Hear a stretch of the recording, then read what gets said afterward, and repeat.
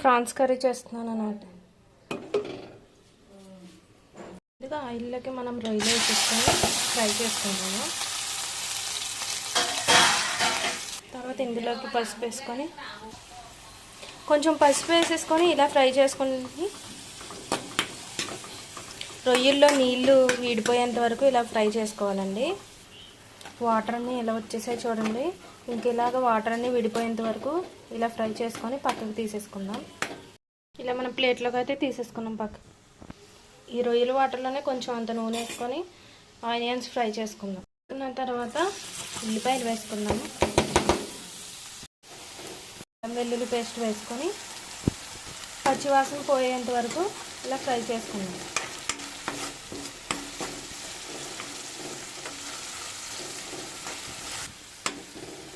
Slow ఫ్లేమ్లో పెట్టుకొని ఉల్లిపాయలు అనేది వేగించుకోవాలి.